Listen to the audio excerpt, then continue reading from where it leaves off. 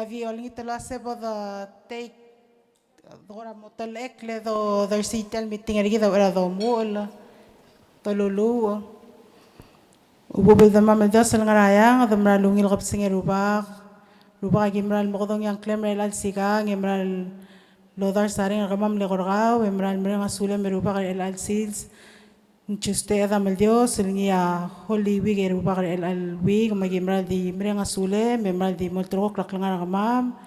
Imran moltro kartel meeting rakama merupa kal adrabang kalau bantri adrablu Imran lolngi terupa kala sege roguil mo omadungore elal gabsenge bol sabere adel mara le bol share mo bol sabere arbek la adros pe anges merupa kal madingin wase temorger yang wangeso Kimran dimre ngasule moltro kartel meeting rawalel marawla bangalel olingi taiga lo bangklela dital ngalgem Jesus Kristus lo sabla mugarar amen.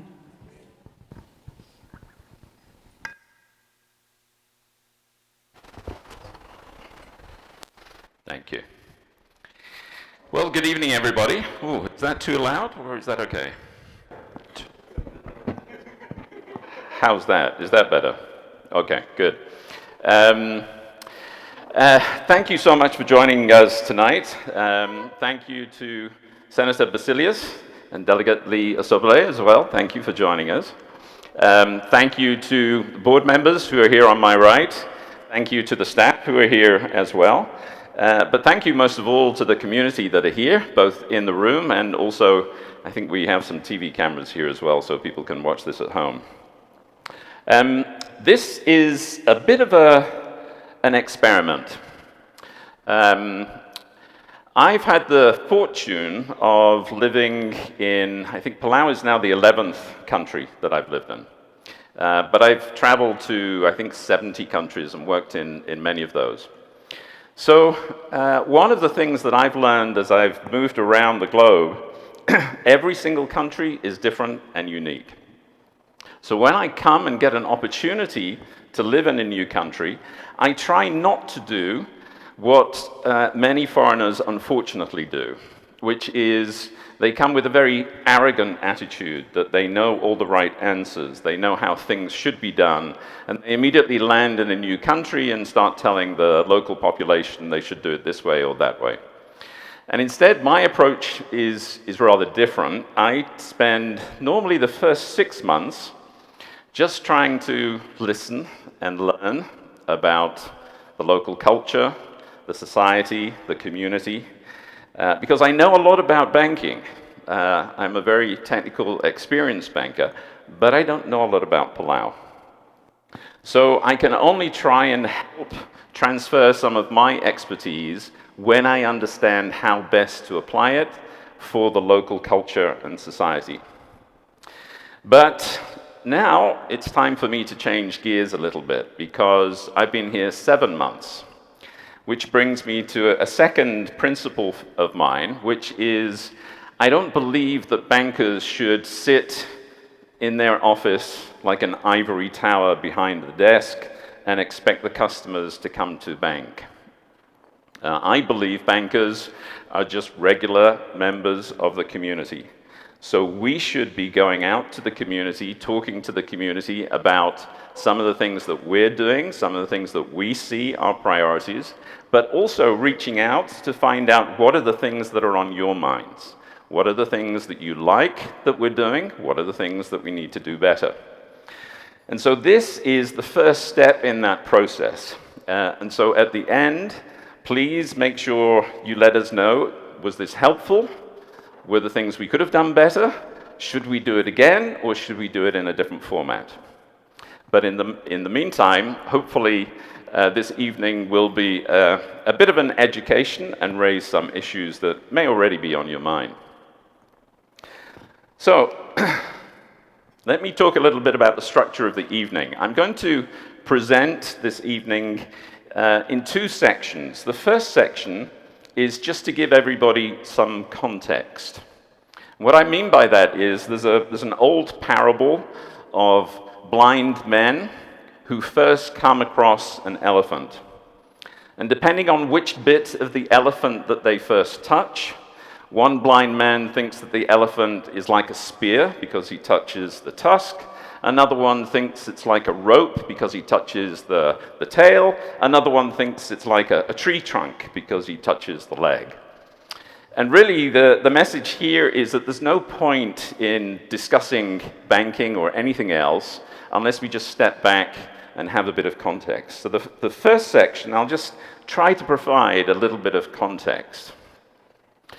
And then after that, we're going to jump into more detail.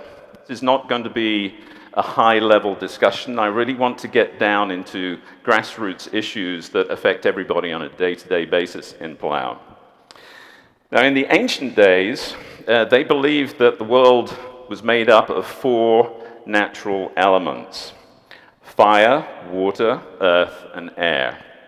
And I'm going to use that as a theme for discussing what I think are the big 4 issues that I see facing us in the community. After I finish the presentation, I'll open it up for questions, and I'll be happy to cover whatever issues are on your mind. So, let's start going way back where it all began, 1982. And in 1982, Michael Jackson was dancing in the streets of Los Angeles with zombies and thrilling everybody. But that is the year that the bank was first established. And this is the role that is given to the bank under the National Development Bank Act. So the purpose of the bank is to be responsible for initiating and promoting economic development within the Republic. And just to place this into perspective, 1982, this means that the bank is 12 years older than when Palau earned its independence. And for those who are a bit younger than that, to put that into context, it's 22 years older than Facebook. So what this means is this bank has been serving this community for 42 years. And I think it's always important for us to remember the people that have gone before us. And whilst the photographs may be faded, it's important to recognize the men and women who've worked in the bank, have led the bank, have supported the bank over those 42 years, because we wouldn't be where we are today without the years of service that these people have given. And it's also a good opportunity for me just to thank the board members, the chairman and the other board members, for the ongoing support that they give me and the team every day. And I know we have quite a number of staff here as well, so on behalf of me, I'd just like to say thank you for all the ongoing support you've given me as I settle into this new role. So, there's one other element of context that I'd like to provide. For non-bankers, you may think that a bank is a bank is a bank, that all banks are the same. But actually, there's 2 very different animals. There's things that we call commercial banks, and there's things that we call development banks. So, commercial banks are the most common variety. Every other bank apart from NDBP in Palau is a commercial bank. And globally, there's about 25,000 of these commercial banks around the world. And commercial banks were established for 2 reasons. Their first and primary purpose is profit. But they have a second objective as well, which is more profit. Now, development banks are different. The development banks, there's only 369 national development banks. There's some we call regional development banks, like Asia development banks, but purely development banks that focus on one country, there's 369. And they have 2 reasons for being. The first is to tackle market failures, and the second is to incubate new products and services. So development banks don't have an objective to generate profit. It's important that they don't make big losses for the country that they're supporting, but their primary purpose is this. And what I'll be spending most of my time this evening talking about is the first one, tackling market failures. And I'll try to explain some of the market failures that I see facing us in Palau. Okay. That's the context.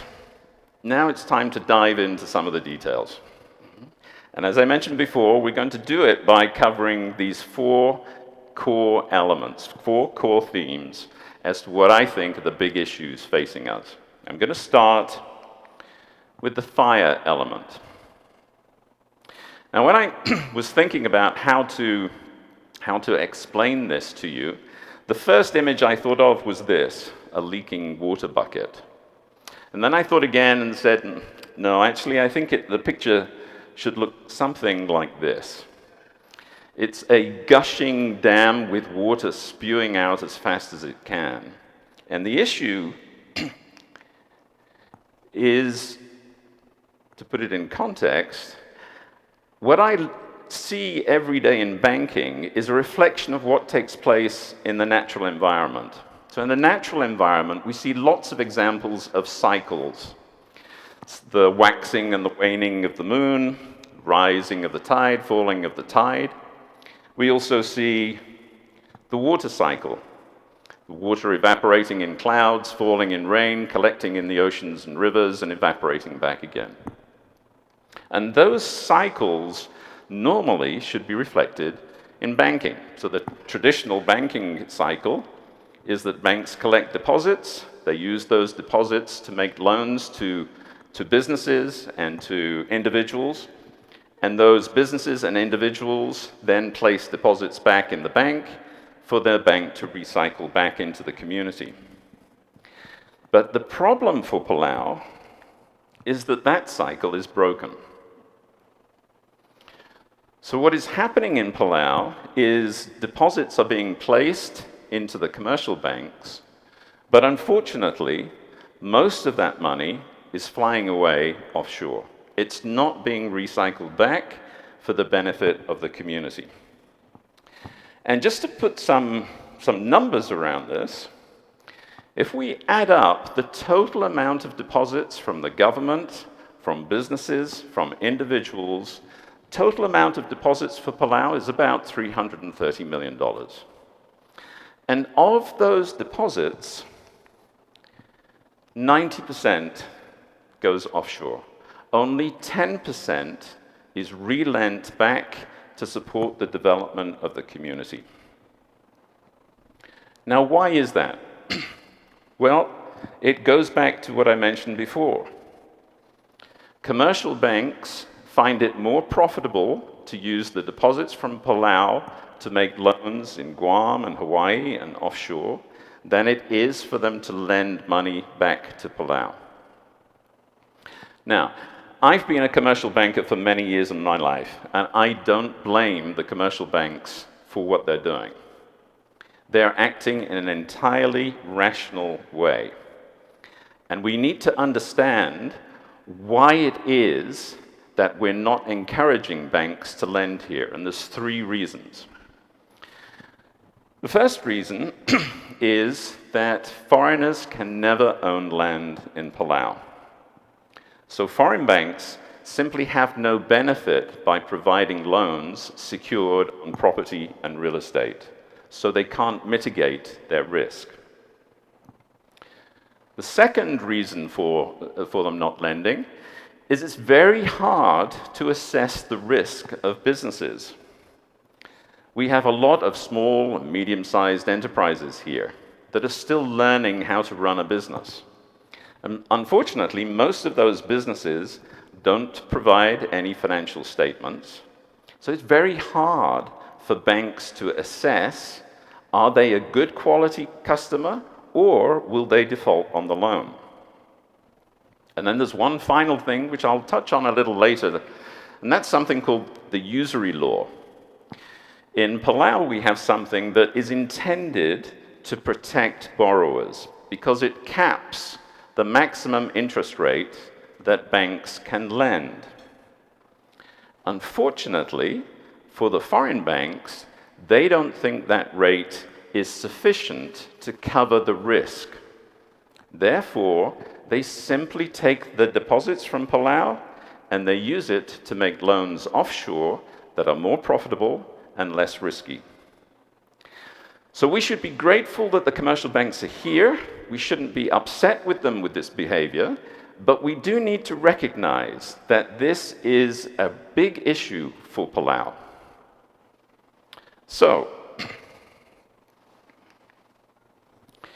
we basically have this picture today, where Palauans are working hard, earning money, going fishing.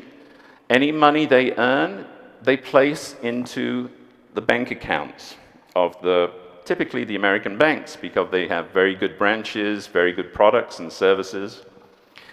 But the money that is placed in those accounts is taken out of those accounts and used offshore. Big problem for Palau. So what is the development bank doing about it? Well, historically, the bank has always stepped in to be the major lender in Palau. The bank is the dominant lender for mortgages. It's also the dominant lender for small and medium-sized businesses. And so over the years, you can see that the team that are here and also the ones that are not here have worked hard to provide loans for Palauans to own their own home. And don't let me forget, bottom right, top left, we have a super home solar program. If you've not been able to make use of that yet, please talk to us about it. It's a great program. But we don't just support the individuals, we also support the businesses here, the contractors who are building the houses, and we provide commercial mortgages for businesses that want to lease out premises or just move into some office space. But the reason I call this the fire element is because I'd like to begin to fight fire with fire. And one of the big initiatives for me and the bank over the next few months is to get us in a position where the bank can accept deposits. Now, on Friday, 3 days' time, we will be submitting our formal application to Financial Institutions Commission, which is the regulator in Palau, asking for a formal bank license which would allow us to accept deposits. I'm sure FIC will go through their proper due diligence process and check that the bank has all of the procedures and policies in place, but I would like to think that later this year we will begin to start accepting deposits. And so the thinking here is straightforward. What we're trying to do with the development bank is re-establish the natural banking cycle, where deposits from businesses and individuals are placed with the bank, and the bank uses those deposits to finance more loans back into the community. But we're going to do one other thing as well, which is we want to fight fire with fire by looking to bring deposits from offshore into Palau to offset the process that's happening where Palauan deposits are being moved offshore. Now, the key thing about that is we want to flip the picture. Essentially, what we're trying to do here is do what the offshore entities are doing to us. We want them to put their money that they've hard-earned into Palau, as long as the money is certified. I'm not interested in dirty money. I'm not interested in money laundering. I just want good quality, clean investments. But this is our ambition, and we hope that this will address one of what I think is the core weaknesses that Palau is suffering from as I arrive here. What type of deposits do we plan to take?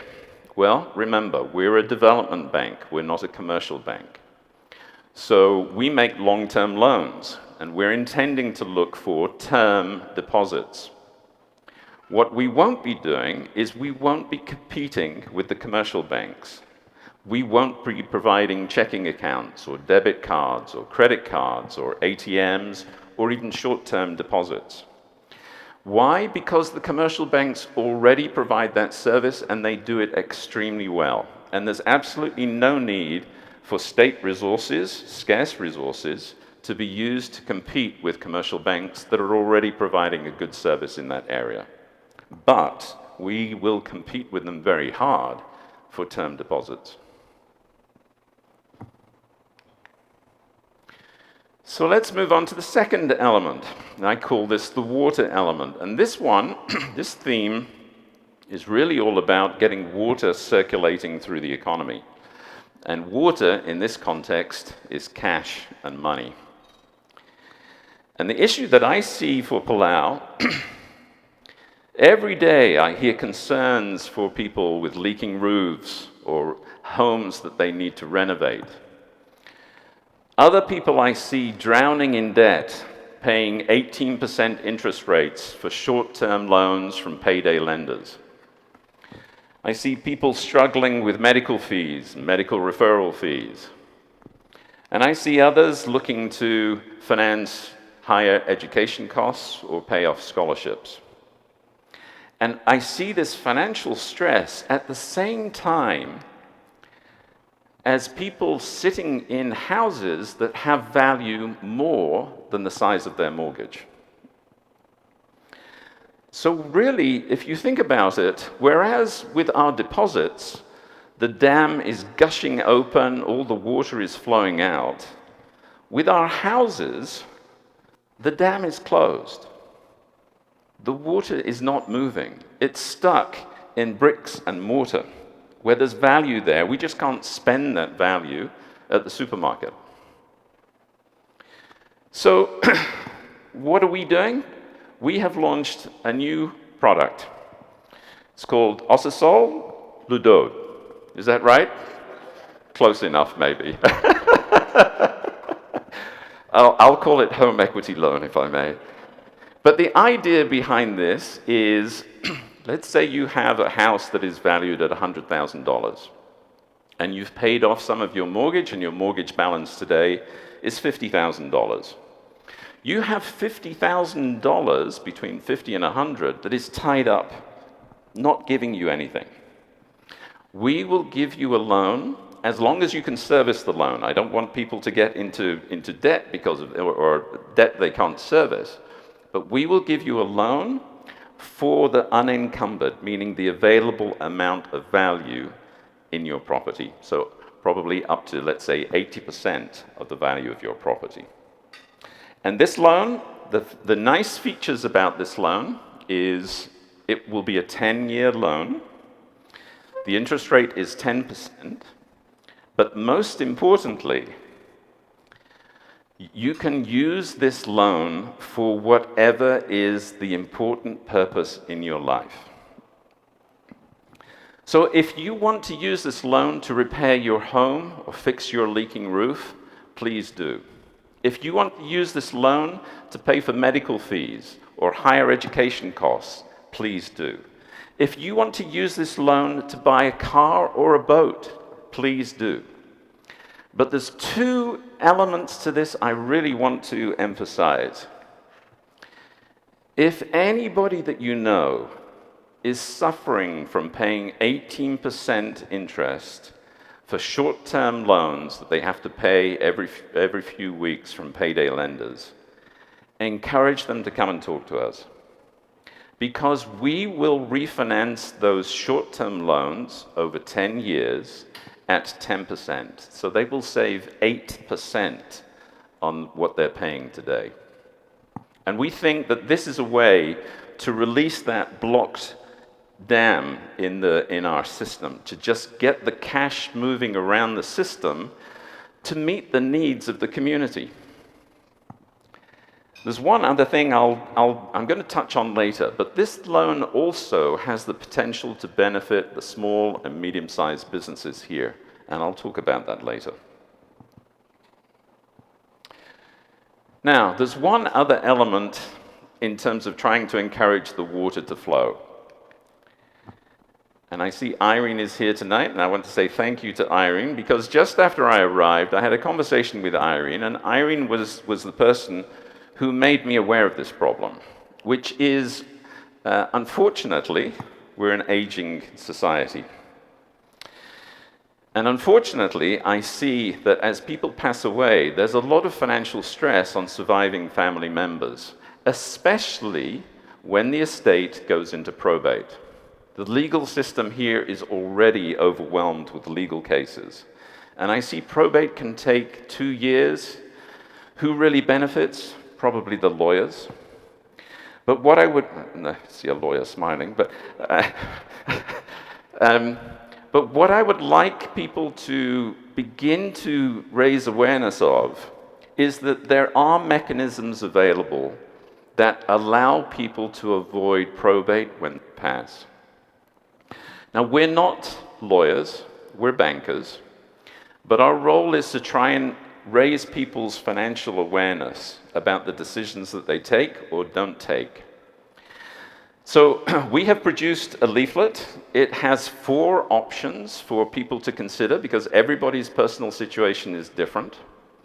And I would just encourage everybody, before you go tonight, we have leaflets at the back. Please take as many of these flyers as you like, distribute them to friends, family, colleagues.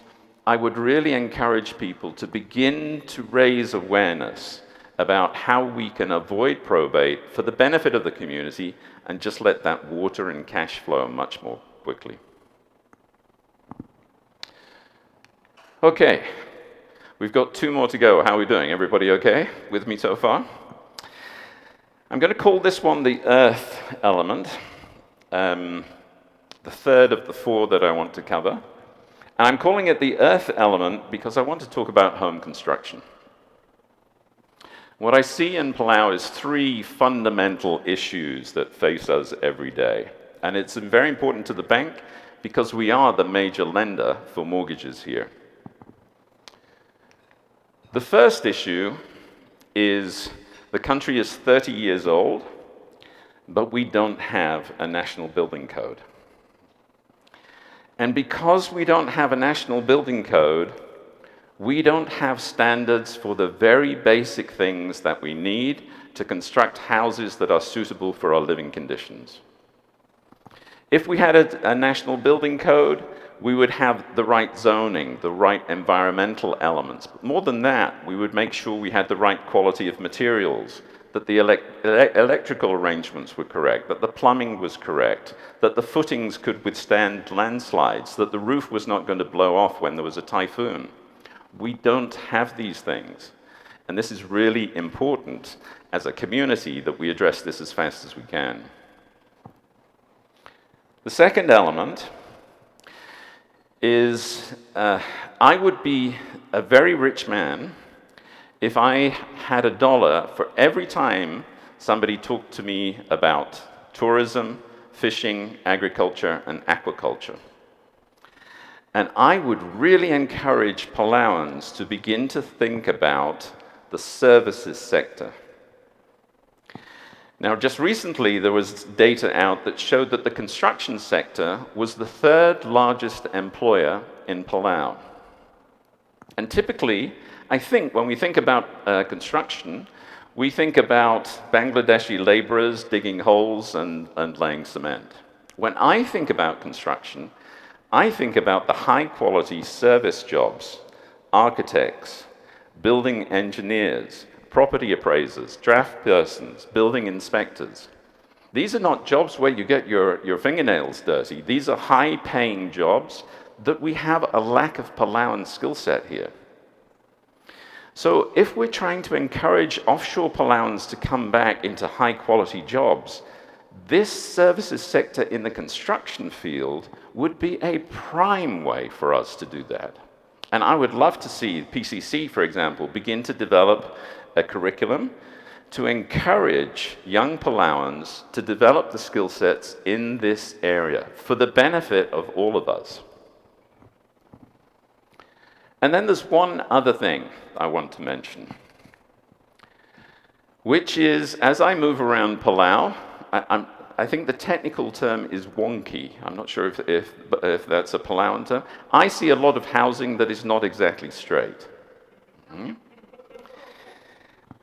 So, what is the reason for that? Well, in all honesty, what I see as I talk to contractors is that contractors prefer to do other jobs.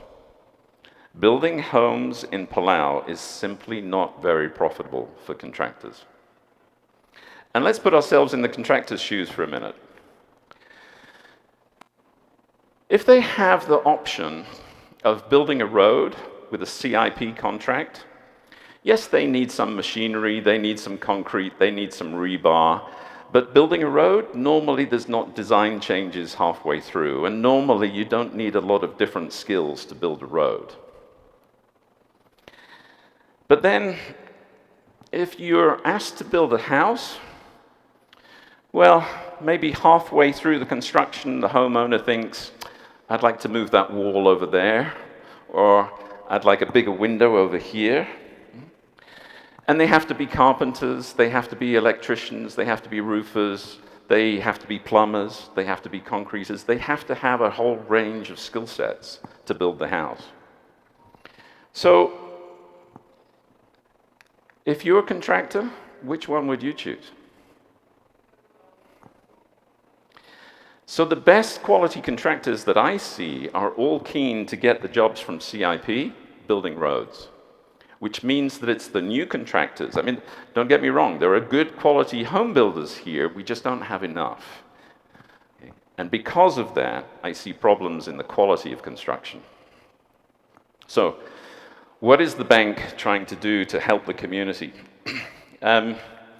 Historically, we've had something that we call a pre-development loan, which is a low interest rate loan at 6%, and we provide that loan to cover the period whilst you're getting your title searches done, whilst you're getting your drawings prepared, once you're getting all of your approvals in place. The second thing we've done is, in the past, we've asked homeowners to obtain certification for the drawings done by their draftsperson. The reason for that is we wanted to make sure that there was a second pair of eyes just to check that the quality of drawings was correct. Now, I've taken the difficult decision of stopping this. And the reason that I've stopped it is because I simply don't see sufficient qualified architects in Palau that can properly certify drawings. So I have a choice. I can either ask for the impossible and ask homeowners to find certification, or I can be pragmatic. And I've chosen to be pragmatic. So no longer will the bank ask for independent certification of drawings. The risk for the homeowner is that the draftsperson that you use may not provide good quality drawings. But it's unreasonable for the bank to ask for something that is very hard for you to obtain. The third thing I'd like to touch on is the bank historically has tried to do everything it can to support people, and one of the things that we've done is compile a list of contractors who have a satisfactory track record based on feedback from previous homeowners. Now, this list has about 30 names on it, but the list is intended as a guide. Again, we're bankers, we're not construction experts. So we're providing this list to give people a sense as to which contractors have performed well so far. But whichever contractor you choose, ultimately it's the homeowner's responsibility to choose. The bank is not telling you you have to use these contractors. If you use a different contractor, and we think that contractor has had a bad track record, then the bank will reserve the right to say, no, we're not willing to provide a loan if you're going to use that mortgage. If you choose a contractor that has not had any track record with us, we will tell you, but we will at least accept to move forward on the basis that that is the way potentially to add new names to the contractor list. But remember, it's a very important decision for the homeowner. It's not the bank that is telling you which contractor to choose. Now, the fourth area, I think this is one where the bank has tried to do the right thing, but by trying to do the right thing has created more confusion. So in the past, the bank had a role called building inspector. And that person would visit the construction site to track progress, to make sure that the construction was sufficient value for the bank to continue allowing the mortgage loan to be drawn down.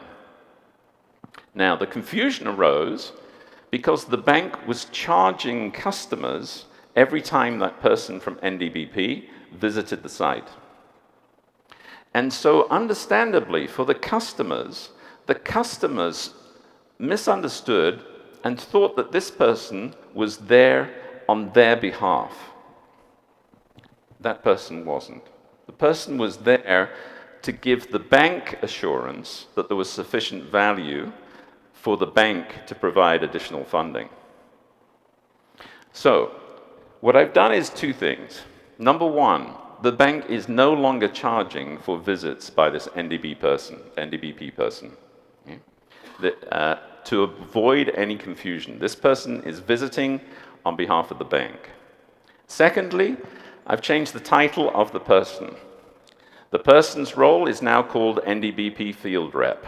Again, just to underline, this person is there to give the bank assurance, which means it's important for the homeowner to find their own building inspector. Hopefully, that will reduce some of the confusion that I think has arisen. Two more things to cover for you. One is that the bank has a policy of retaining the last 10% of the mortgage loan until construction has been completed and a completion notice has been signed by the homeowner and the contractor. Now, we do that to try to protect the homeowner. But what we're seeing, because of the financial stress in the community, is that sometimes contractors put pressure on the homeowner and say, we can't finish the build unless you give us the last 10%. Well, in the past, unfortunately, if homeowners have demanded that we provide the 10%, then we have provided the 10%. Unfortunately, we've seen situations where the contractor still hasn't finished the build. They've taken the 10%, not finished the build. So we've decided from here on, we will not give you the last 10% until the completion notice has been signed.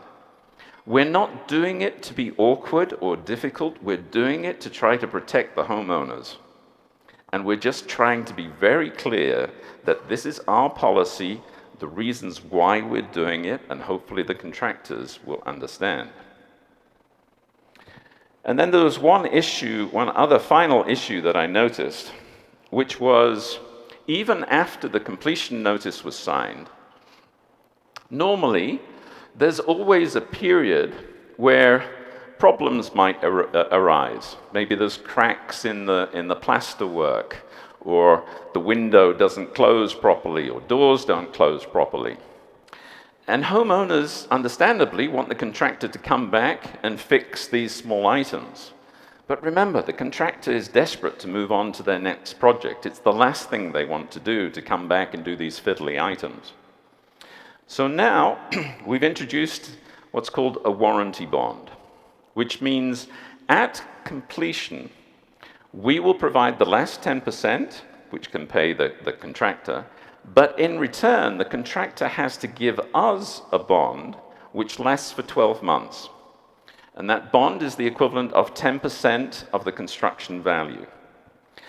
And what it allows is for the homeowner to call the contractor back to fix those issues. If they don't come back, we will call on the bond. So it's intended to give more negotiating power to the homeowners to ensure that contractors fulfill their obligations under the contract. This is something that we've just launched recently. Okay, we're on to the final element now. And I think knowing the Palauan community to the extent that I'm beginning to know, this is probably the one that you've been waiting for, because I want to talk about borrowing costs, which to me is the air that we breathe. Everybody is struggling from high cost of living. So I know, in your mind, you simply want to know, can we reduce interest rates? Now, as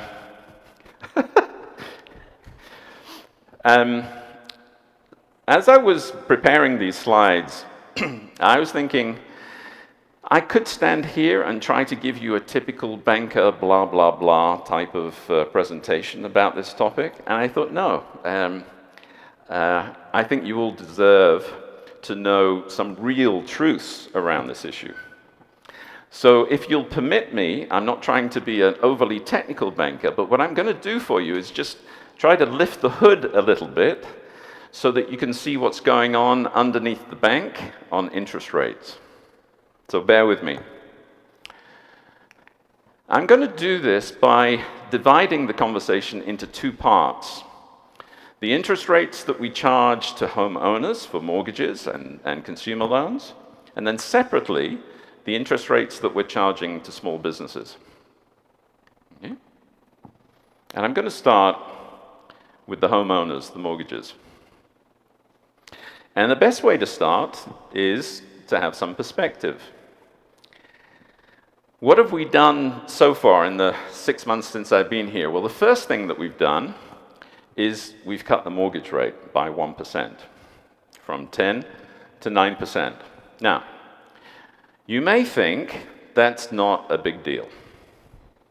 Well, actually, it is a big deal. Because Carla, sitting over here, when I started talking about cutting the interest rates for mortgages, pulled out this document. I've removed the name of the customer. But for those that can't see, the date on this document is March the 26th, 2004. So this is exactly 20 years ago. And the reason this is important is that that is the last time that NDBP cut its mortgage rates. 20 years ago. So if there's one thing that I'm pleased about, is that within 6 months of being here, I've been able to cut your interest rates. Hopefully, it won't take me another 20 years to do it.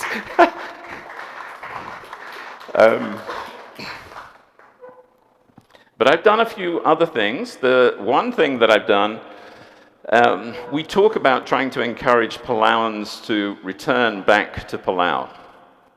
And yet we had a policy in the bank where we have a different rate, 8%, for first-time homeowners. And our policy in the past was, if Palauans own a home offshore, then they don't qualify for first-time homeowner. Well, that doesn't make sense to me, not when we're trying to encourage Palauans to come back. So now we've changed the policy, and even if Palauans own a home offshore, and they want to build or buy a home in Palau, they qualify for the 8% first-time homeowner interest rate. Okay? And then the other thing we've done is we've just gone through all of our fees and we tried to simplify them or cut them to the full extent that we can. We still have some administrative costs that we have to cover, but we had a very complex system of fees, and hopefully you will find it simpler going forward. So even with these changes, let's take a look at where Palau compares to other countries around us. And this is how it looks. The good news is, relative to the Philippines, okay, which is a much bigger market, much more developed market, we're already more competitive than the Philippines. Okay? So that's good. At least we're not bottom of the pile. But what you can see is that relative to, let's say, Hawaii, we're still 1 or 2% higher, depending on which of the mortgage rates people are on. And I've also shown the US market. This is the rate for a 30-year mortgage in the US. The Australia rate is a 10-year mortgage in Australia. In all honesty, I don't think I'll ever be able to get the rates down to US levels. And the reason for that is the US is an enormous market. It's highly sophisticated. We call it highly liquid, meaning there's a lot of cash in that market. And there's different technical structures in the US that I won't get into, which encourages mortgage rates to be low. So hand on heart, I can't deliver US rates, but I do want to start chasing some of these other rates around the region, but it will take some time. Now, did I mention home solar? Our home solar rate at 4.5%, I feel like a second-hand car salesman, but honestly, for everybody at home that's watching it, if you don't have a home solar installation at your house, please consider this. What we're finding is that even after paying the loan, users of this are saving, I think, 20% on average on their electricity bills after repaying the loan repayments. Okay, so that's the mortgage side. Let's move across to the other side of the world, onto the small business side. And here, I think you'll find it an interesting story because so far, what have we done? Well, at the same time as cutting mortgage rates, I've cut the fishing sector loans from 8% to 7%. Thank you. Why did I do that? Well, I did it because food security is very important to Palau. And we already had agriculture and aquaculture rates at 7%, and for some reason, we had fishing at 8%. So now we're aligned across aquaculture, agriculture, and fishing. All of those three sectors, we provide commercial loans at 7%. We've done a couple of other things too. In the past, the maximum mortgage for commercial property was 10 years. I've doubled that. Now, businesses can borrow a commercial mortgage for 20 years. Okay, which reduces the monthly repayments for commercial mortgages. Somebody looks happy on the back row. And then in exactly the same way as on the homeowner side, we went through all of our fees, cut them, and simplified them to the fullest extent. So in the same way, after these changes, let's take a look at how Palau compares. In this case, not to the whole region, but let's go to the most sophisticated market, the US market, and compare how we stand. The equivalent of NDBP in the US for lending to small businesses is something called the US Small Business Administration. It is a government entity that has its sole purpose of supporting small and medium-sized businesses in the US. So it's the best comparison between the US market and Palau. Now let's take a look at the rates that they're charging. The interest rates that they charge vary depending on the size of the loan. So if a small business in the US is borrowing more than $350,000, then the US Small Business Administration will charge them 11.5% for that loan. If it's a micro business and they want to borrow less than $50,000, they will be getting charged at 15%. So let's just compare where we are with NDBP. As I mentioned before, agri, aqua, and fishing sectors, we're already at 7%. Every other industry sector that we provide loans to the small businesses is 10%. And it shouldn't need a lot of maths to be able to figure out that whereas on the homeowner side, we're still 1 or 2% higher than the comparative market, here in Palau, we are between 1.5% and 5% lower than the most sophisticated market, which is the US. Oh, did I mention solar yet? We're just about to launch a new product, which is solar program for non-residential businesses, meaning commercial businesses. But it could also be state-owned enterprises, it could be medical centers, it could be schools. Anything that is not a home qualifies for this new product, which we'll be launching in the next 2 months, hopefully. It's a 15-year loan at a 5.5% interest rate. So this is a great price. Now, this dynamic, the difference between where we stand between the residential pricing, the mortgage pricing, and the business pricing, there's a couple of other things I want you to be aware of, which is that just 6 weeks after I arrived in Palau, I wrote off $5.7 million of losses. Most of those losses were from small and medium-sized businesses. And in fact, if you add up all of the historic losses in previous years, the bank in total has written off about $9 million, which is more than a quarter of its entire loan portfolio. Now, we all know the reasons. The COVID pandemic hit us very hard immediately following the curtailment of mass Chinese tourism in Palau.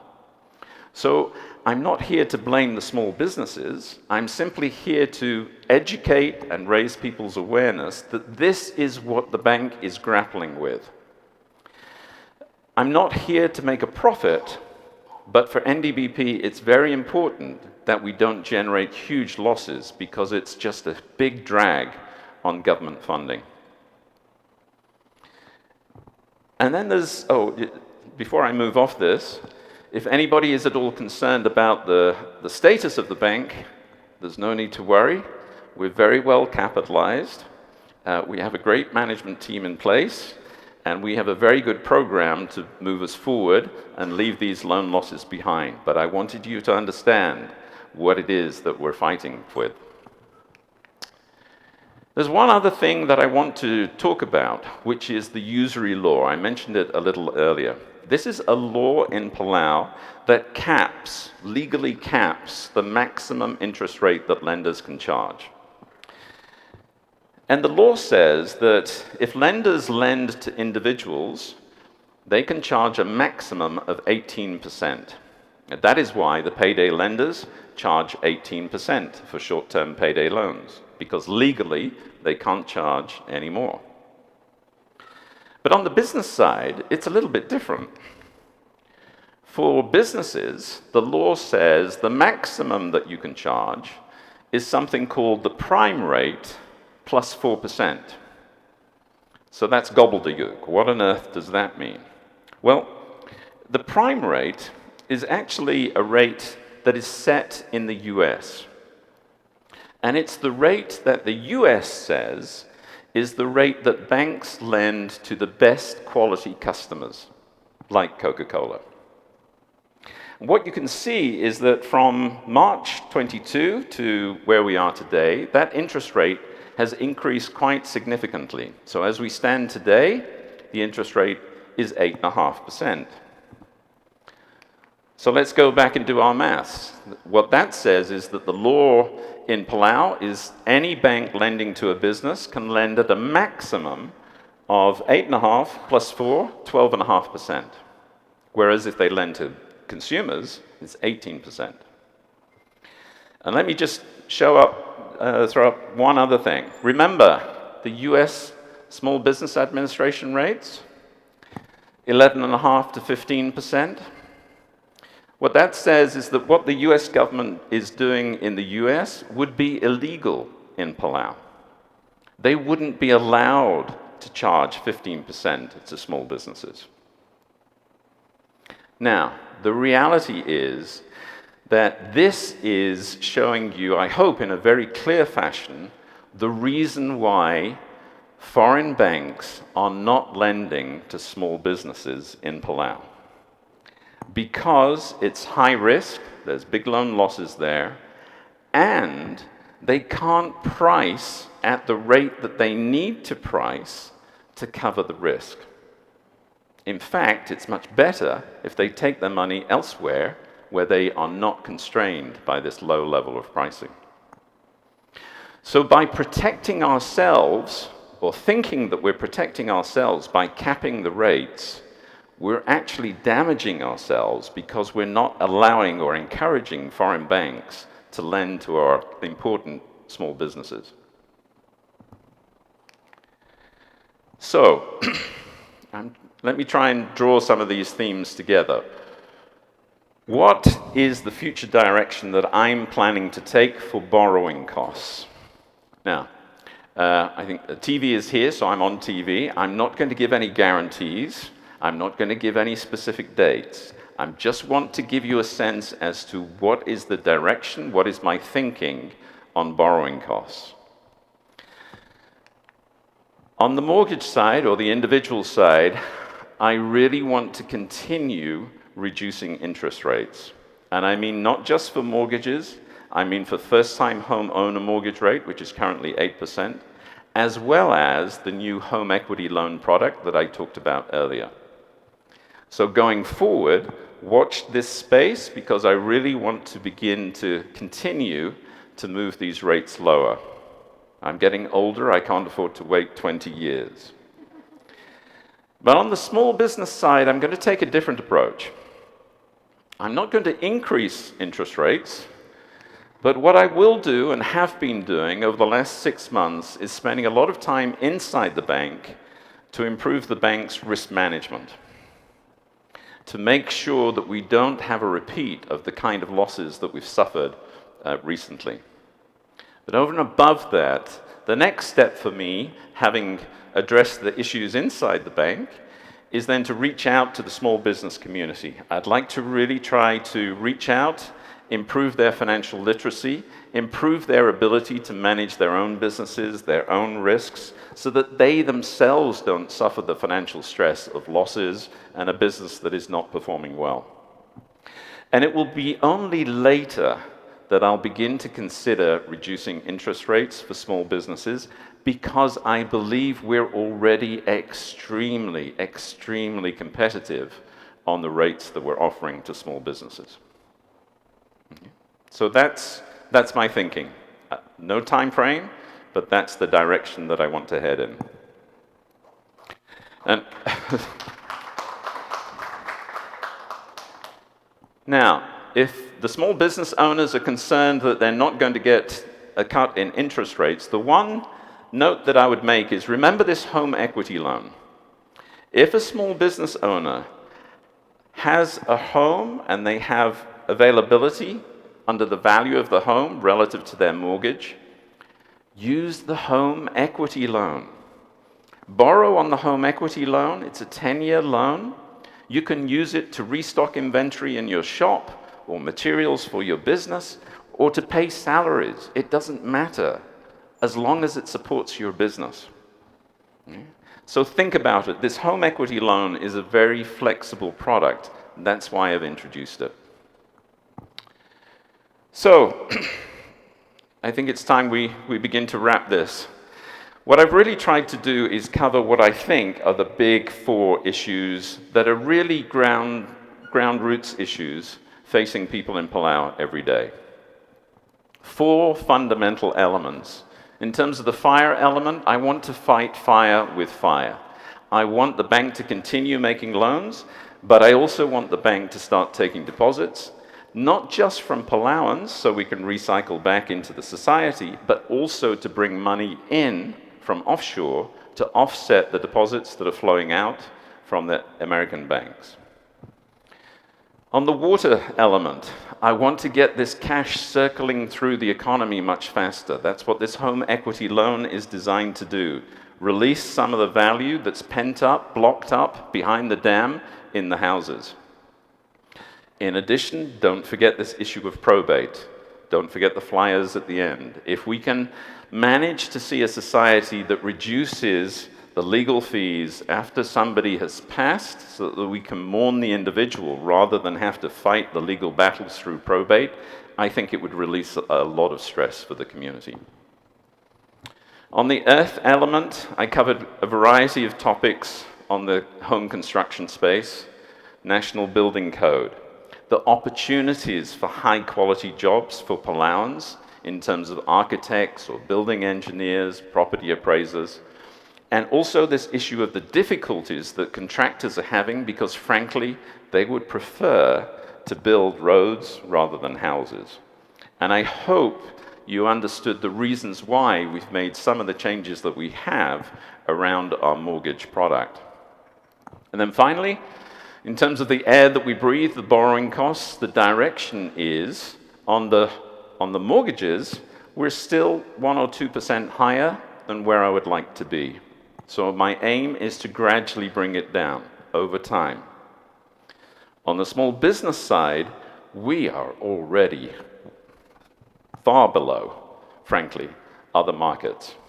So I'm not intending to bring down small business rates, but I do want to reach out to the business community and see what we can do to help their own business awareness and risk management so their businesses thrive rather than suffering the losses. So I hope from just the last hour or so, I hope you have a sense that the bank is and has been delivering on its objective. We're here responsible for initiating and promoting economic development within the Republic. The team is working hard. We're human, we make mistakes sometime. We do it in good faith, it's not intended. But I can assure you, we have a very clear plan of where we're headed, what we want to achieve, and we're executing with some momentum. So I really look forward to talking to you again in the future, hearing what your issues or concerns are. But for the time being, thank you, and thank you for your attention tonight.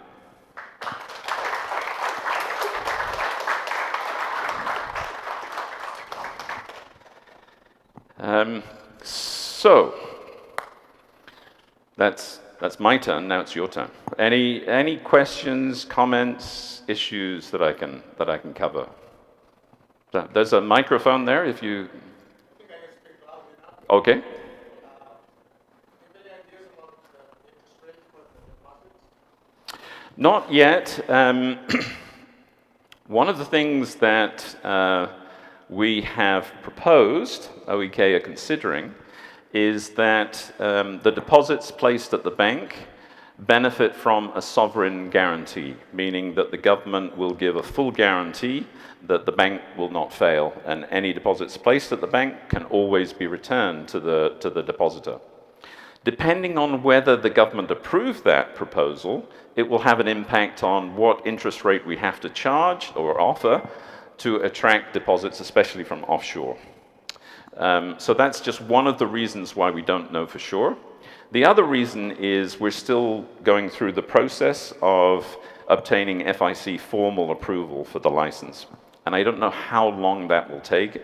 At least 2 months, it may take longer. So I'd like FIC to just follow their normal procedure, come and do the full due diligence. And after that, interest rates may have changed in any case in the meantime. So I can't tell you for sure. But clearly, there's no point in offering deposits if we're not going to be competitive with the interest rate. The last time I walked into one of the banks here, I saw that a 5-year term CD was at 0.03%. So I would hope that we can be a bit more competitive than that.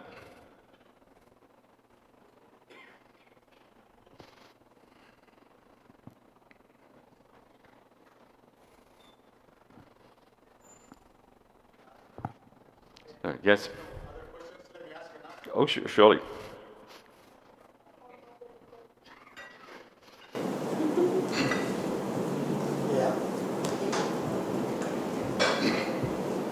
say something? Yes.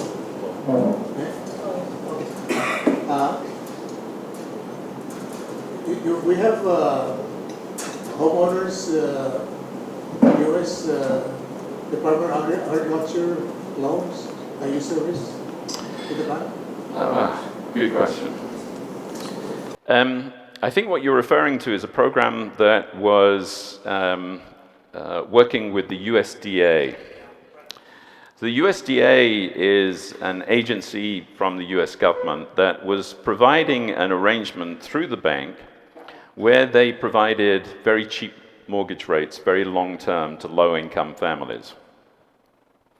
When I came to Palau, I was very excited to hear about this, but then when I started digging into how the program was actually operating, I had concerns. I think we all know that the US political system is in some turmoil, and the USDA had been struggling to get budget to support its activities, to such an extent that we had examples of customers who had to wait 3 or 4 years after submitting an application to get a response. We had other examples of customers passing away before they received a response from USDA. So I had to have a tough conversation and just say to USDA, we want to run this program, but it's a reputational risk to USDA and the bank if we are promoting something that we're not truly providing. So what I've said to USDA is, as and when you have the budget, I'm happy to run this program, but I'm going to stop the program until such time as I can be assured that USDA have the funds available. So for the time being, we're not working with USDA, but we are looking to work with USDA because they have a series of other products that they can offer for rural development, for example. And that's an area where I think there are opportunities, as long as they have the budget. So are there homes being financed by USDA as we speak? There's no new loan applications being processed. The existing loans are being serviced. So the way it works is that NDBP provides a full guarantee to USDA. So USDA has already provided the existing money for the existing loans, and they will continue unchanged. It's just that we've stopped accepting new applications until such time as USDA can show us that they have the finance available to support the program. Okay, so the next question is, and I don't want to monopolize this question. I've got lots of time. What I'm getting to is VA loans, home loans. Home loans. Yeah, VA. And what's your opinion about that? Sorry, about home loans? What do you think about guaranteeing? Oh, veterans. Good question. I have written to the US ambassador and specifically asked for NDBP to join what's called the Veterans Association's approved loan providers. Okay? Where it stands is that the ambassador has referred that letter to the Veterans Association in the US. I'm waiting for a response. Sorry, Veterans Affairs. Yes, exactly. One of our board members used to be in the US military, and that always encourages me to make sure I follow up with this. That's good. So there's some work being done. Oh, yes. I'm thinking about that. Yes. Okay. I mean, I don't know what the response will be, but I formally asked for NDBP to be approved as a loan provider under the VA scheme. Do you know when that request went from US Embassy to the Veterans Affairs? I sent it once. I didn't get a response from the ambassador, so I sent it twice. And after that, I got the response that probably about 2 weeks ago, it had been referred to VA. Yes. Yes. I think there was a question on the back. Yes. Yes.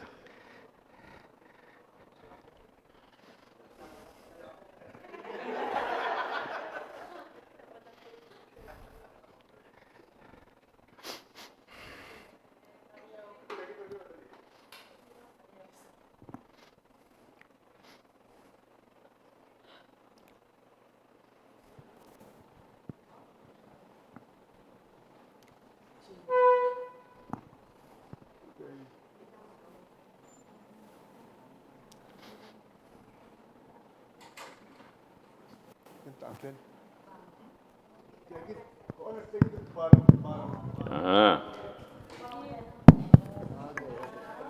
Hindi mo nakaklas na kay all sulang. Mr. Proctor, two questions I have, if you care to share. Number one, do you have any expectation or what do you think FIC or any challenges anticipated from FIC upon submitting your application? That's question one, if you care to share. Two is looking at your comments and your program on the contractors list, giving the opportunity for the new comers to establish their names based on their performance. That's how I see it. Yes.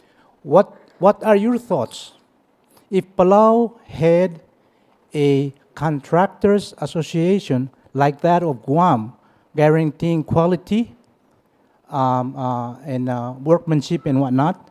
What are your thoughts? Would the bank be willing, or will there be extra, I guess, benefits to members of a Palau Construction Association or Contractors Association if they did projects through NDBP? Do you care to comment on that? Thank you. Thank you. Okay, so let me cover them in order. FIC first. What potential issues may arise? I don't want to presume on behalf of FIC, but what I can assure you is that in the last 7 months, there's been an inordinate, a huge amount of work done inside the bank to put in place the policies, procedures, and governance structures to enable us to meet the international standards and regulations. I've worked in many banks and I've run many banks, and so there's been a benefit of transfer of know-how, if you like, to make sure that the bank is structured in an appropriate way. So we have done everything we possibly can to meet those requirements. There's always the possibility that there will be some technical issues. One in particular that may arise is not banking at all, but accounting. The bank has to account on a government basis of accounting. It's called GASB. Whereas commercial banks account on a different accounting standard called FASB. Now, I don't want to get too technical, but that may be one issue where the bank ends up having to pay accountants twice to produce two sets of accounts, one for the benefit of the government, one for the benefit of FIC. I would hope that we can find an appropriate compromise, but that is one potential area that may cause a delay in the approval. On the contractor association, I think it's a terrific idea. I think we have some very good, high-quality contractors here. And I think that association would be an ideal vehicle to lead the charge on developing a national construction code. And yes, I would love to see the contractors themselves helping the bank to help the homeowners to assess which contractors have the competency and skill set and expertise to deliver the houses that people need to live in. I think it's part of this whole process of improving the quality of the construction sector, which is so important to Palau. Never mind tourism and agriculture, aquaculture, fishing. I really want to see a big emphasis on improving the quality of the construction sector here for the benefit of Palauans. So.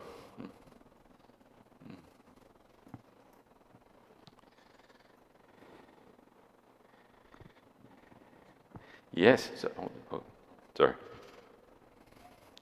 We'll let Delegate ask first, and then we'll come back to Irene. Mr. Proctor, I'll ask, and then I'll give it back to Mr. Ngirmang. I think he has another question. Okay. So. Mr. Proctor, moving forward, as far as your agriculture, aquaculture, your culture programs, what's the interest rate on that? And is there a ceiling amount or is it open? Can you care to kind of elaborate a little bit more on those culture programs? Well, to answer the first question, the interest rate is 7% fixed. Technically, we have two different programs. The agriculture and aquaculture sector are supported by a particular loan that was sourced from Taiwan. And so it's that funding that we use to support the loans that we make to that sector. Now that I've moved the interest rate for fishing onto the same basis, we're actually using our own funds to support that program. But I just wanted to get the interest rates aligned. So technically, there are some different conditions for lending to agriculture and aquaculture relative to fishing. But what I'd like to do over time is to begin to consolidate so that it's simple for everybody to understand. We just have one set of policies and programs across the industry sectors. I just haven't had the time to get that level of detail aligned yet.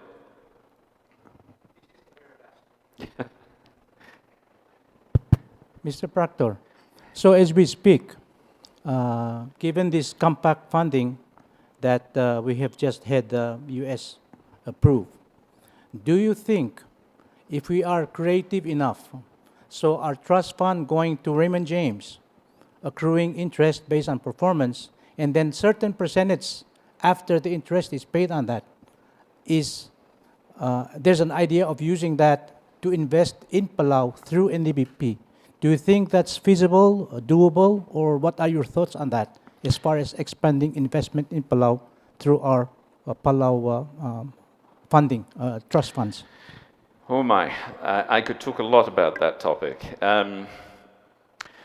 One of the things that surprised me when I first came to Palau is NDBP is a very unusual development bank. And it's unusual because it does business that development banks don't normally do, and it doesn't do business that development banks normally do. What I mean by that is it's very unusual for development banks to provide residential mortgages. Normally, commercial banks are very keen to provide commercial mortgages, but it goes back to what we talked about earlier, that foreign banks can never own land here. So the development bank has had to step into the void to address that market failure. But what I'd like to see is for the development bank to support the Palau development program, which has a long list of wish lists, improving the water and sewage systems here, relocating the hospital, relocating the port, extending the airport runway. Those infrastructure needs at the moment are so large, the bank doesn't have the capacity to be an active lender.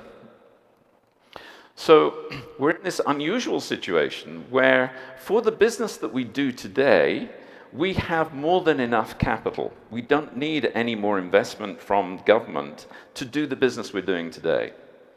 But if we want the bank to get involved in long-term big infrastructure financing, which is really what a development bank should do, then it does need more capital. And the compact fund arrangements would be an obvious source of funds, but I'll leave that to government to decide how best to utilize that resource for the national interest. Until such time as we have more capital, I will focus on what we can do. But if more capital is available, I will get very active on looking to do big infrastructure funding for Palau to support the Palau development plan. Sorry, Senator. Yes. I only have one, so I'll be quick. The NDBP used to have a program that was designed for what we call the grassroots Palauans and for those who live in a fixed income. And that program used to be called a microfinancing program. Yes. Now, I see that that's been, how can I say that? Replaced or decommissioned. And then you have a new list of programs that's going on. So are there any initiatives that going back to that in the future, or we going to stick with the mortgage loan program? home Could equity. you, yeah, and can you explain the reason why Yes. that was being taken out? Yeah, thank you, Senator. That's a good question. What the Senator is referring to is the bank used to have a program called microloans. This was a program with an interest rate of 6%, where borrowings up to 15,000 were unsecured, and between 15,000 and 25,000 were secured. And after I arrived, I decided to cancel that program and replace it with the home equity loan program. And let me explain the reasoning why I did it. The first reason is at 6%, it was an extremely low rate. And it was an extremely low rate, especially because of the rate of loan defaults that we were suffering. We had 78 microloans go bad. And we had examples where people were coming to the bank, getting a $15,000 unsecured loan, and leaving Palau. So the only way for us to try and chase back that money would have been to involve Interpol. And it's just too expensive and time-consuming for the sake of $15,000. So that was one reason. There's a second reason. Those microloans were relatively short-term loans, and they were capped in terms of amount, 15,000 up to, for unsecured, maximum of 25,000 for secured. The home equity loan has no cap. The only cap is, do you have the financial capacity to service the loan, and do you have enough room on the value of your property relative to your outstanding mortgage to borrow? And the home equity loan is a 10-year loan. It's much longer tenor than the microloans that we were offering. And the home equity loan can be used for any purpose. The microloans were restricted in terms of use for your property. So for all of those reasons, I thought it was better to provide a longer-term, more flexible loan as a home equity loan and cancel the microloans where we were suffering losses. And there's one other reason I want to explain why I canceled it. And it goes back, do you remember the Spider-Man slide? The difference between development banks and commercial banks. The role of a development bank is not to compete with commercial banks. There's absolutely no reason why commercial banks can't provide microloans to Palauans, because it's an unsecured loan. They don't need to own that. So the commercial banks that are here can already provide that product. What was happening was that we were taking government money, offering it at a very subsidized rate to consumers who could go to the commercial bank and get it at a market rate. So we were squeezing the foreign banks out of a loan product when we're trying to encourage the foreign banks to lend here. So because of that, I told the foreign banks, I'm going to step back from that market. I'm not going to compete in that market because I want to encourage you to step in and start making those microloans. It will take some time for them to build out. But those are the sort of, there's a variety of reasons why I chose to cancel the microloan. And I think the end result is a much better structure for Palauans that fits the need of the community here. No. Now, I think there were more questions.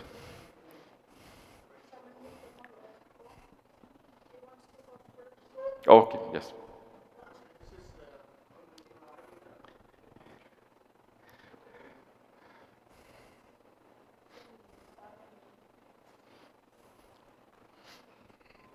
Actually, this is a more of a request. We'd like to meet with you, maybe about the VA initiative that you took upon yourself to write to the ambassador. And because we're the Veterans Association, Ah, I'm the president, and this is the vice president. excellent. And so tomorrow or whenever you're free. I would love to meet. I'd love to Okay, meet. so just- Jeannie is my boss. She tells me what to do, when to do it. So please contact Jeannie. I do have some travel coming up. Hopefully before you leave and you travel, I'll we be can delighted to It's try going to and be allocate short. some And time. it's not going to be painful. Well, let's not make it short. I think we have a lot to talk about. So, no, I'd be very happy to meet. But I'm glad that you took that initiative to the right of the ambassador, and maybe with the help of the Palau's president, whom we're working with, we're hoping to meet this week. Excellent. I think it's arriving tonight, Okay. something like that. Yeah. And so if we can meet before you go on your travel, that would really be appreciated. Yeah, I Thank think you. I meet the president later this week as well, so I'll mention it in that conversation too. So you let me know the date and time. Okay. Don't worry, I'm not running away. Unless you don't allow me back in the country, I will be here. Be happy to meet. Thank you. Oh, absolutely. Sorry,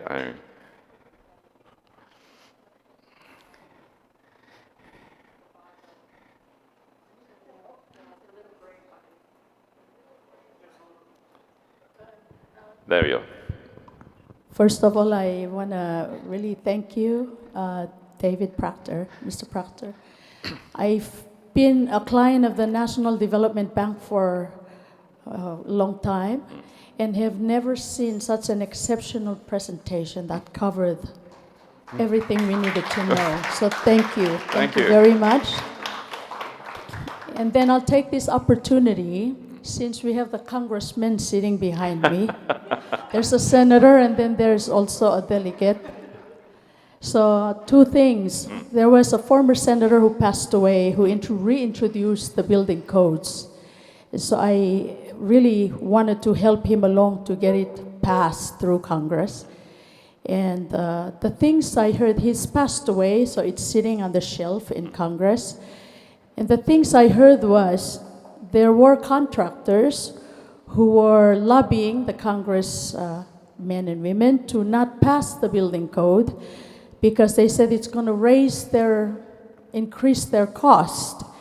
Now, for the benefit of Palau moving forward in a sustainable way, I really appreciate that you mentioned the building codes, because not only will it help homeowners, business owners, the bank, the country will move forward with much cleaner and better infrastructure all around. So this is sort of reminding my brother behind me, senators and delegates, if they could help to pass the building code. It will help also with the bank to give better loans, better interest rates, because we will have a building code in place. And I think we were shooting for the international one, since we also are sovereign, to not only stick to the US code, but also to international code, that we can get supplies also from Japan or some Australia or other places, which is good. It's election year, so I'm saying this here, so they're listening. And I need everyone in the room to show support to the National Development Bank and the building codes to be passed. Then my second and last question is, there was also a law that same senator introduced, and it's called the Palau Private Bank and Trust. It was passed shortly, I think, or around the time he passed away, and I was quite happy that that law was passed. Is it possible, because from what you've presented tonight, it's exactly what we were envisioning with that Palau Private Bank and Trust, is it possible that Congress, when they maybe have time to look over that law, that they work with you to maybe combine or somehow use that law to also support the National Development Bank of Palau as we work all together to economically develop Palau in the right way. Did you hear me, Senator and Delegate? Yes, so, okay. So thank you, and again, thank you very much, No, Mr. thank you, Proctor. thank you. No, I appreciate the kind words. On the private bank and trust law, actually recently we had an oversight hearing from the Senate, and in fact that was raised by the Senate to reach out to NDBP and see if NDBP can perhaps add some comments or add some initiative as to how to either amend the existing law or enhance it, and then obviously execute what the intent was behind the law itself. So I'm very happy to do that. I think it's very important for Palau to be seen to be a high-quality jurisdiction. We don't want to be seen to be a place for money laundering and bad money to come through. In the past, many small island developing states had certain provisions in their tax law or in their legal system that allowed some bad things to happen. And there was a big financial crisis in 2008, and since then the international community has really worked hard to clean up those jurisdictions. So whatever we do in Palau, we need to work to international standards, to be part of the international community, to your point, so that we can encourage international investors to invest here. So that will likely mean that it's excellent that we have the law passed. It will likely mean that that law needs some enhancement to meet the new standards from the international community. It will take some time, both from the technical banking elements, but also from the legal partners that are in the room.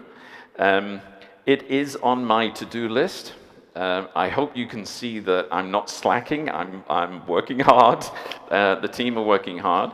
But yes, it is on my to-do list. And the good news for you is that what you were requesting was clearly heard by the Senate, because it was a specific question that was raised at the oversight of me. So yes, I do intend to do some work in that space. I have a question. Yes. It's good to have the other side of the room joining in. So my question is regarding to the new rates that you just introduced tonight. And the question is for not so much, well, new homeowners, but we have been with NDBP for quite some time. And I was wondering if there are consideration of applying these new rates to existing new homeowners within, I don't know, past 2 years, 3 years, 5 years. And business owners as well. So just wondering about that possibility or consideration. I'm glad you asked that question, because it enables me to clarify. When I cut interest rates, I don't believe in cutting it just for new applicants. Okay? So the interest rate cut applies to everybody that is going to be a new applicant and every single existing borrower from NDBP on these programs. So if you have an existing mortgage from NDBP, which previously was at a 10% loan rate, you should have already received a letter from NDBP confirming that the loan rate has now changed to 9% and what your new repayments are.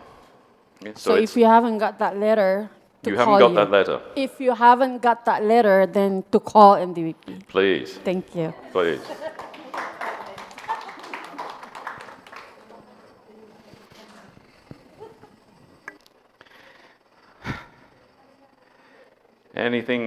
Anything else? Yes. Yeah.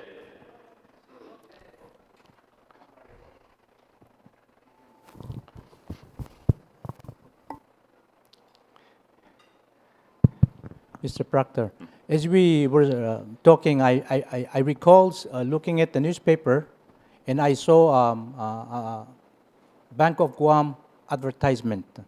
Invest with us, minimum of 10,000, and we'll give you 5.01%. Yeah. I thought that was just amazing. And hearing from you, I know you don't want to compete with the commercial banks. But as far as receiving the deposits and moving forward, looking at long terms, what are your thoughts initiating institutional deposits versus personal deposit as a step forward to ensure the liquid coming to you for your loans to further assist in reduction of your interest if it helps at all? What are your thoughts on that? Few comments on that. The first is, I think, what you will see in the banking market is it's very competitive, just like any other market. And so just as supermarkets have special pricings for a period, you will see special offers from banks. So I understand for that particular product that you were referring to, I think there's a time limit for applications, which I think is the end of this month. So if you haven't applied yet, then consider applying quickly. After that, I think you won't be able to obtain that rate. But I see that as a natural positive aspect of banking in Palau. And I would encourage all banks to compete for deposits. What I would hope on, as you know, assuming we get our license and we start offering deposits, what I would hope to see is that, first of all, the Palauan community, the individuals, the businesses, and the government have faith in the bank. And if they do have cash to invest on a term basis, do consider putting it with the bank in the knowledge that we will use that money to lend it back into the community in the national interest. We're not there to sit on the money, we're there to re-lend it. So I think initially most of the deposits will come from local Palauans or Palauans offshore. But I would hope with a sovereign guarantee, if it's approved by OEK, I would hope that we can begin to entice foreign institutions to invest in Palau. The immediate targets would be those countries that have very strong diplomatic relationships with Palau. So the likes of Taiwan, the likes of Japan, the likes of Australia, the likes of even the US, I would like to see some deposits coming in. But it will take time because many foreigners, unfortunately, may not know Palau, may not know where Palau is, and will not have heard of NDBP. But in the meantime, any foreign businesses that are looking to do business in Palau, there's already a requirement from the Foreign Investment Board of Palau that in order to get a business license, they have to place a deposit. And so what I would like to see is that the Foreign Investment Board chooses to place that money with NDBP as a first step to begin to build up the deposit base that we can use from foreigners to re-lend into Palau. So that's the approach for our deposits.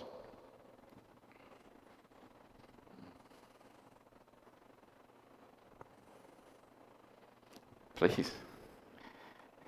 I feel like this is an oversight hearing.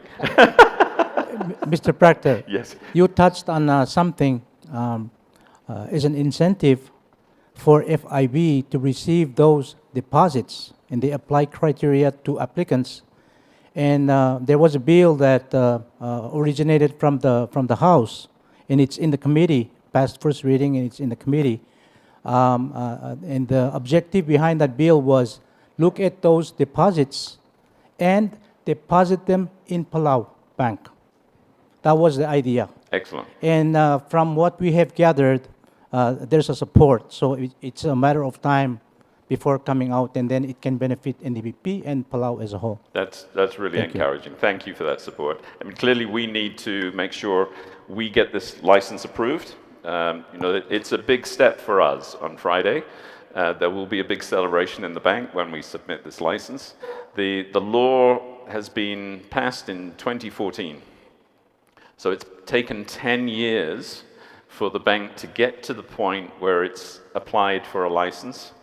So I'm just pleased after 7 months I've been here that we've reached that point, and I would hope that we can go through the process and start accepting deposits.